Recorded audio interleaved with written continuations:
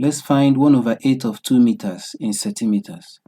1 over 8 of 2 meters means 1 over 8 times 2 meters.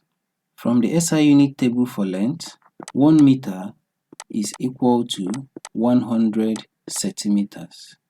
Since 1 meter equals to 100 centimeters, 2 meters will be equal to 200 centimeters. Substituting, that gives 1 over 8 times 200 centimeters. Now let's simplify.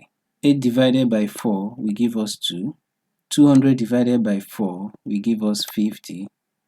We also divide further. 2 divided by 2 will give us 1.